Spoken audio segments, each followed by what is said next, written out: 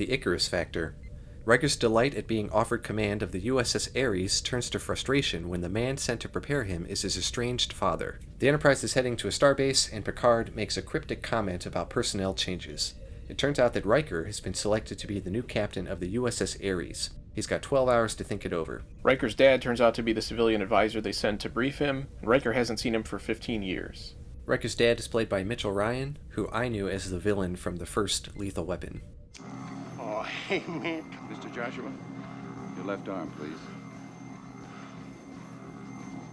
Okay, between this episode and the last one, the music has taken a really good turn, and I like it. It's definitely not as stupid as it was sometimes in the first season. How eloquent.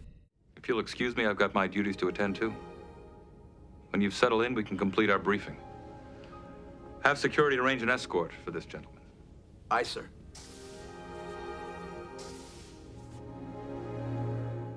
Wesley talks to Worf about Riker's situation, and Worf goes all emo on him because he didn't have parents. Worf does exactly what I wanted to do. But everybody needs somebody. Enough! So this B-plot has a humorous tone as the bridge officers are trying to figure out what's up with Worf. They don't have anything better to do. When they're hanging out in 10 Forward, Pulaski reveals that she knew Riker's dad. And Riker immediately suspects that Pulaski might be his mom. Your father and I are just catching up. You never told me you knew him. Well, it wasn't exactly a secret.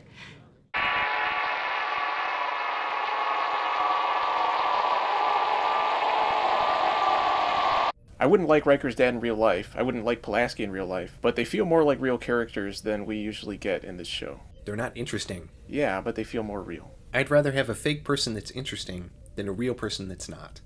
Meanwhile, off on the side, two of the three Stooges are trying to figure out how to best approach Worf to gather more information on his erratic behavior, and it is hilarious. We care about you.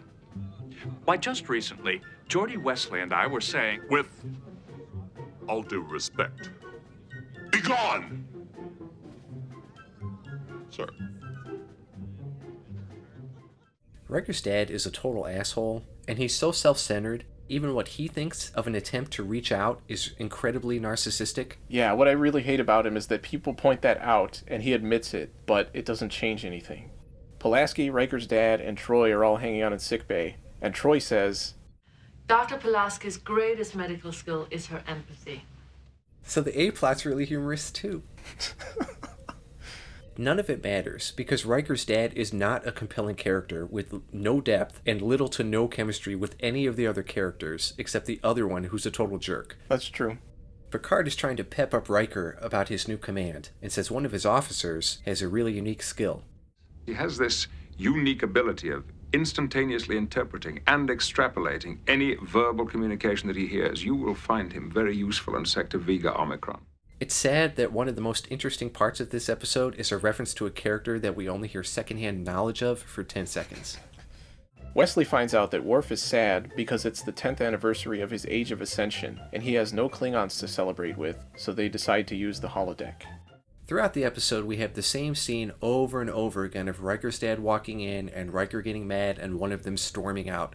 Everyone assumes Riker is leaving, so Troy says goodbye, and it turns into a bad soap opera. Yeah, the only time Riker and Troy ever have moments together is when it specifically relates to the plot. The rest of the time it doesn't feel like they really have feelings for each other like that.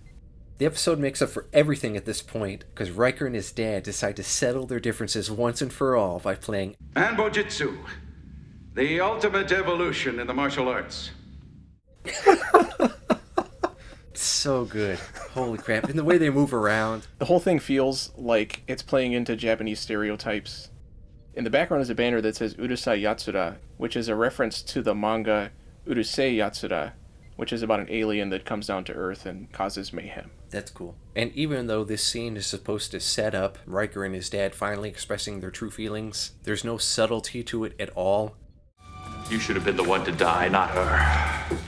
Maybe I am no father, and you're no son. It turns out that Riker's dad has been cheating at this game for most of Riker's life, and they bond over it for some reason. Riker's dad says he loves him, but only because the producers knew that's where the episode had to end up, but there's no logical lead-up or character development leading up to that anyway. Worf is participating in his Rite of Ascension anniversary. My favorite part of the entire episode is when O'Brien is describing the time he saw Klingon pain sticks in action, which sounds like such a made-up story, but it's still great. Poor creature jumped 5 meters at the slightest touch. Finally died from excessive cephalic pressures. You mean? That's right. The animal's head exploded like... I think that's enough, Chief O'Brien. And Worf's ceremony is interesting and entertaining.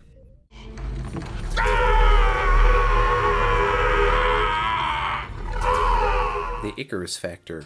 Overall, lame attempts at character development. The Worf subplot was better than the Riker A-plot, at least, but even that one didn't give us a whole lot of actual depth of character. I'd give the episode a C-. And I hated Riker's dad so much. I gave this one a D. The A and B plots involve such a jarring tone shift. The only parts I liked out of this whole episode was the music and O'Brien's awesome paint stick story. The B plot could have been a lot better if it hadn't been presented as a Saturday morning cartoon, and probably would have made a good A-plot on its own as a character development episode for Worf. Riker's dad is not a good character, he didn't play well off of anybody, and his half-assed arc went absolutely nowhere.